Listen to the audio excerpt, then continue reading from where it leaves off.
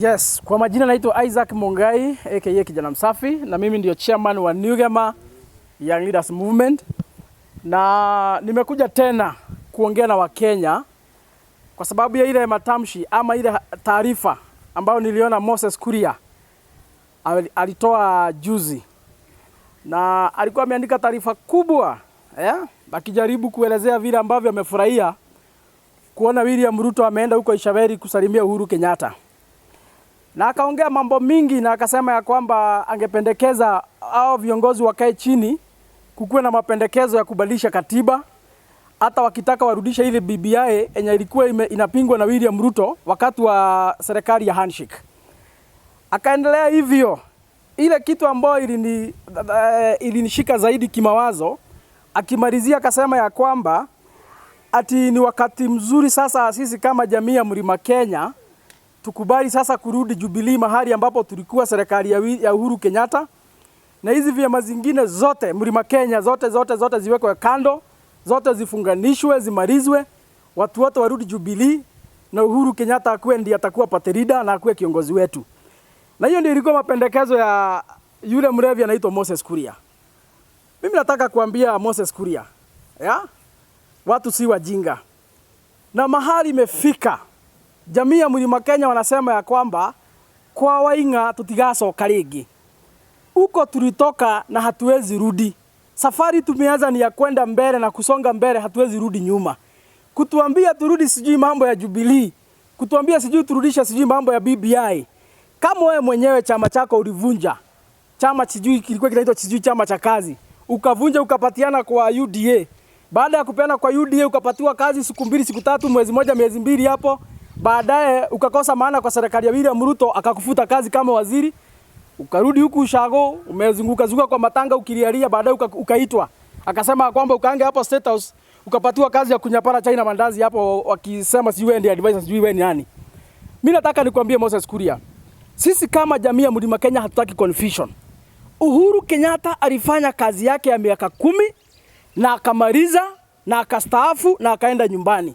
Chama cha Jubilee kilikwisha, na wale walimaliza chama cha Jubilee ni wewe Moses Kuria, ukiwa wa kwanza, mkiwa na William Ruto, wakora wa Kenya kwanza, nyinyi ndio mlimaliza chama cha Jubilee. Sasa hii kukuja kuturudia hapa kutuambia sijui tuanze kujipanga turudi huko. Kama unarudi chama cha Jubilee, rudi peke yako na aibu yako, sababu nyinyi ndio mlimaliza hiyo chama.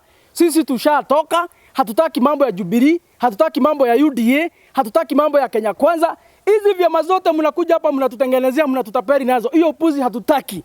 Sisi kama jamii ya Mlima Kenya, ile kitu itatuunganisha kama jamii ni kama zile interest ambazo tuko nazo kama Mlima Kenya.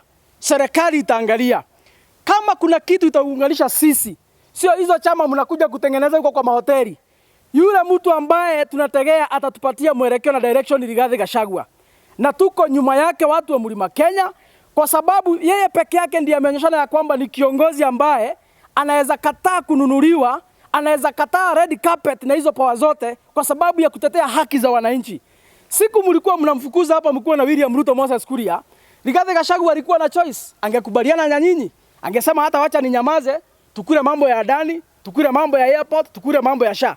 Alikuwa na hiyo choice ya kunyamaza, mtufinyile vile mnataka na akae kwa serikali. Lakini akasema hawezi kaa kwa serikali ambao inaua wale watu ambao waliwachagua. Akasema hawezi kaa kwa serikali ile ambao inabomolea watu kinyume na sheria. Rigathi Gachagua akasema hawezi kaa kwa serikali ambayo inadanganya wananchi kila siku. And that is only man mwenye alikubali ku walk out. Akakubali ku walk out. Akaweka vitu zenu zote chini na akatembea akakuja mahali wananchi wako. Huyo tu ndiye tunatarajia atatupatie mwelekeo. Kwa sababu yeye ndiye amenyeshana ya kwamba he cannot compromise his principles. Yeye ndiye amenyeshana ya kwamba he cannot compromise to a point of selling his people. Rigathi Gachagua is a man. Huyo ndiye tunatarajia next year atatupatia mwelekeo. Kwa hivyo mambo yako ya taarifa ya kuandika ya UDA, taarifa zako za Jubilee, taarifa zako za BBI, kurudi kwa Ishaveri, hizo zote sisi watu wa jamii ya Mlima Kenya tuondoe hapo. Shikaneni wale viwende zenu, mfanye hizo biashara, sisi hapo hatuyuko, tunajipanga tukiongozwa na Rigathi Gachagua. Mtu mwingine amenishangaza sana jana, ni yule pastor anaitwa Mark Kariuki. Na nataka niongee hapa leo bila kuogopa. Nataka niambie wa Kenya, huyo bishop mliona kule State House akiwa amepeleka madikoni wengine hapo na mapasta wengine wale ambao wanamfuata wa kanisa yake ya Deliverance. Vile mliona wakicheka wakismile pale State House wakiwa mkutano na William Ruto. Au mapasta ni wale waliitwa wakati William Ruto alishinda uchaguzi na akaapishwa, wakapelekwa State House, wakaambiwa ni William Ruto, and it is on record. These are not my words. William Ruto akawaambia wazunguke compound yote ya State House wakiongea na ndimi, watoe zile mapepo zilikuwa zimewekwa na serikali ya Uhuru, mapepo ya pombe na mapepo ya bangi. Wakazunguka huko wakiongea na ndimi. Baadaye William Ruto akasema ya kwamba hao mapasta watapatiwa kazi ya kuwa intercessors. Wakuwa wanalipwa na ushuru yenu nyinyi wa Kenya. Ati kazi yao wakae kwa kona fulani, kazi yao ni kuintercede na kuombea William Ruto, kuombea mawaziri, kuombea nini. Hiyo ni ile kazi Kariuki alipatiwa. Na wamekuwa wakiendea pesa State House. Wamekuwa wakienda huko wanapatiwa ile kitu Uhuru Kenyatta juzi ameita bahasha ya brown. Wamekuwa wakiendea huko na hiyo ni pesa ya wananchi. Huyu Kariuki ndio mjue yeye ni nani vizuri. Juzi hapa siku tulikuwa na matatizo kama nchi wakati jenzi walikuwa wanapigwa risasi. Kariuki nao wakora walikuwa nao jana State House hakuongea. Na yeye ni pastor hakuongea. Siku tumekuwa hapa na kizungumkuti. Wamama wanakatakatwa na mapanga wanatupwa kwa magunia wanatupwa kwa mto. Watu Kenya mzima watu wakaandamana. Huyu pastor huyu Bishop Kariuki hakuongea hiyo siku. Hii mambo imeleta story mingi hapa Kenya, mambo ya shisha. Watu wetu wanakufa kwa sababu ya kukosa mambo ya NHIF. Hiyo mambo yote imeleta shida. Huyu Kariuki hakuna siku tumesikia akiongea. Mambo ya CBC, juzi malecturer walikuwa wamegoma, watoto wetu hawakuwa wanaenda shuleni. Huyu Kariuki hatukumsikia akiongea. Tumekuwa na changamoto for the first time in the Republic of Kenya. Wakati Rigathi Gachagua anafukuzwa kwa serikali kinyume na sheria, wale mapasta wengine walikuwa wanajaribu kuricha William Ruto wamwambie hii mambo unafanya si mzuri komesha. Kariuki hatukusikia mahali akiongea.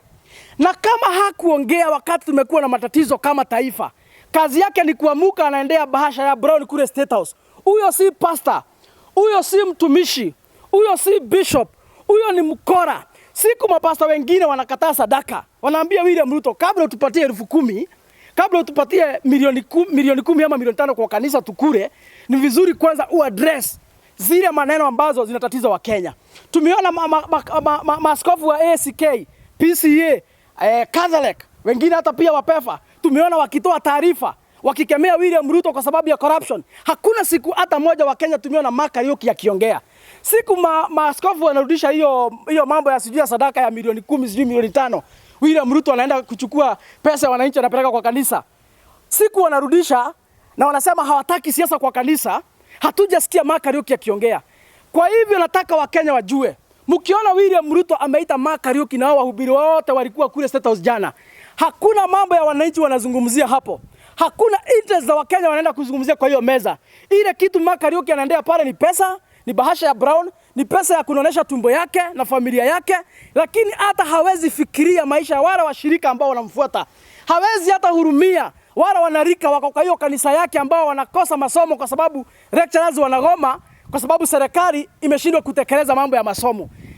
Hawezi zungumzia hiyo maneno, anashughulikia tumbo yake. Kwa hivyo niambie Wakenya hapa wazi, huyo si mchungaji, huyo sio bishop, hawakilishi wa Kenya, anawakilisha tumbo yake. Na kama vile ambavyo nilimwambia Wakenya, kama mnakumbuka, tukasema ya kwamba vile ambavyo William Ruto alinunua wabunge, siku hizi wabunge wa kazi yao ni kupigia William Ruto makofi. Nikamwambia pia kuna baadhi ya wachungaji, pia kuna baadhi ya watu ambao wanajiita mabishop ambao wako katika ile orodha ya kununuliwa na William Ruto, na kazi yao ni kwenda huko kumwambia mtukufu rais, tunakuombea, bingu inasema hivi, Mungu anasema hivi, serikali ni ya Mungu, haleluya nini. Hiyo upuzi yote. Kuna wale wahubiri kazi yao ni kwenda kwa William Ruto, wanapatiwa pesa, wanaongea ile matamshi ama wanaongea ile maneno ya kumfurahisha.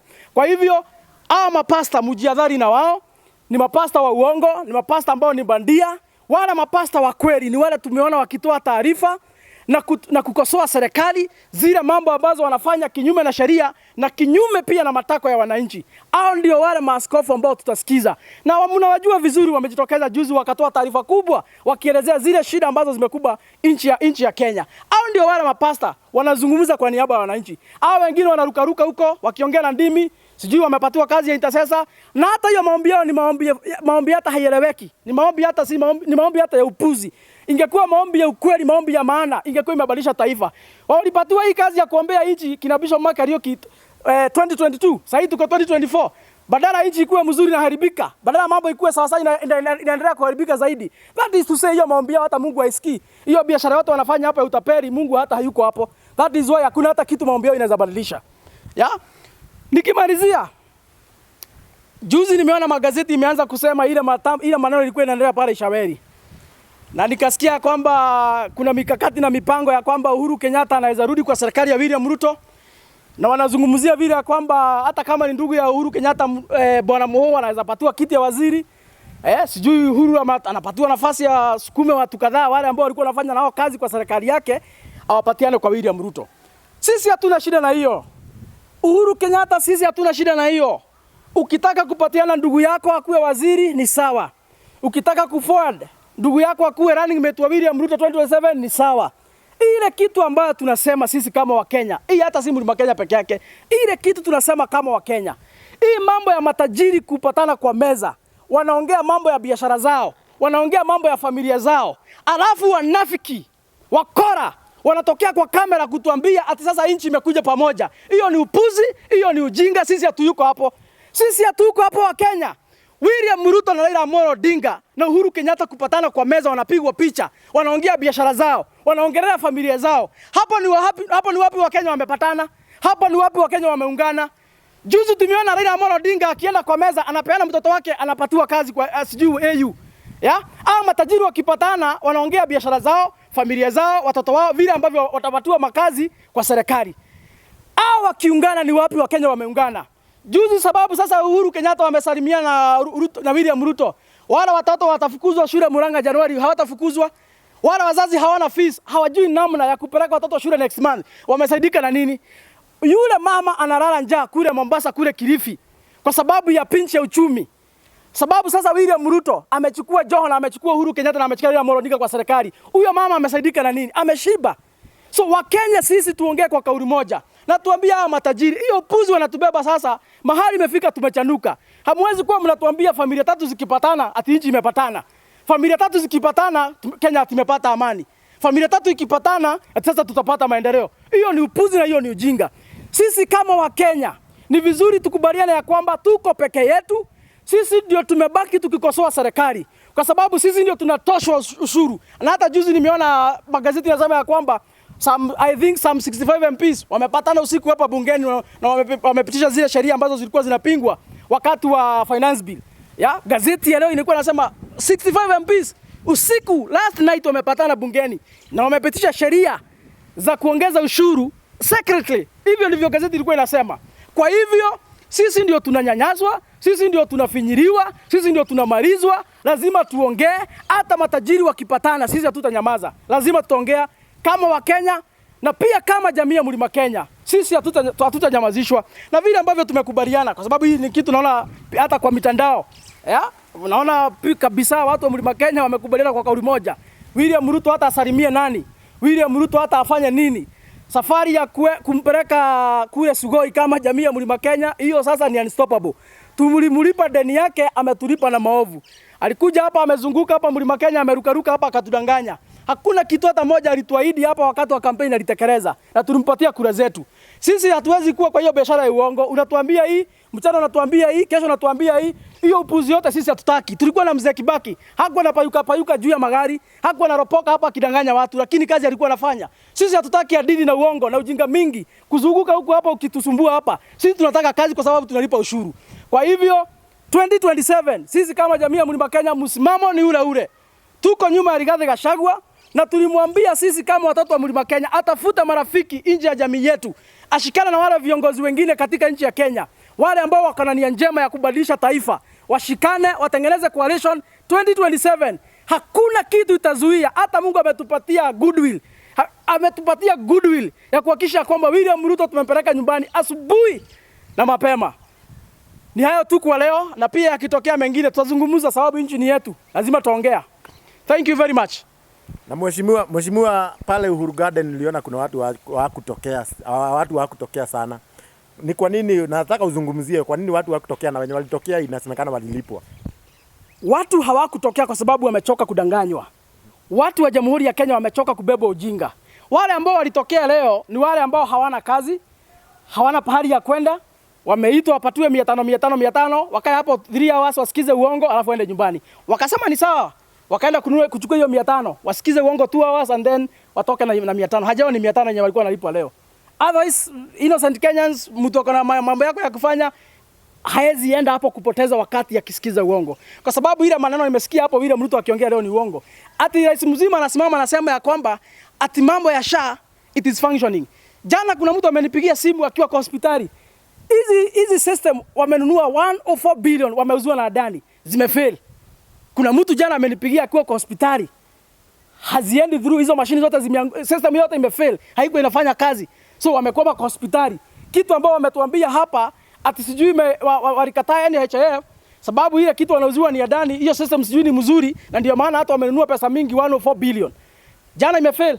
Hata sasa tunaongea imefail tayari. Na unasikia William Ruto akiongea kwa kamera akidanganya wananchi akiwaambia sijui ni kama hii Adani inafanya kama hii na SHA zinafanya zilikuwa zinafanya huko kwa hiyo sherehe yake lakini si kwa hospitali. Zilikuwa zinafanya huko si kwa hospitali. Shukrani. Exactly.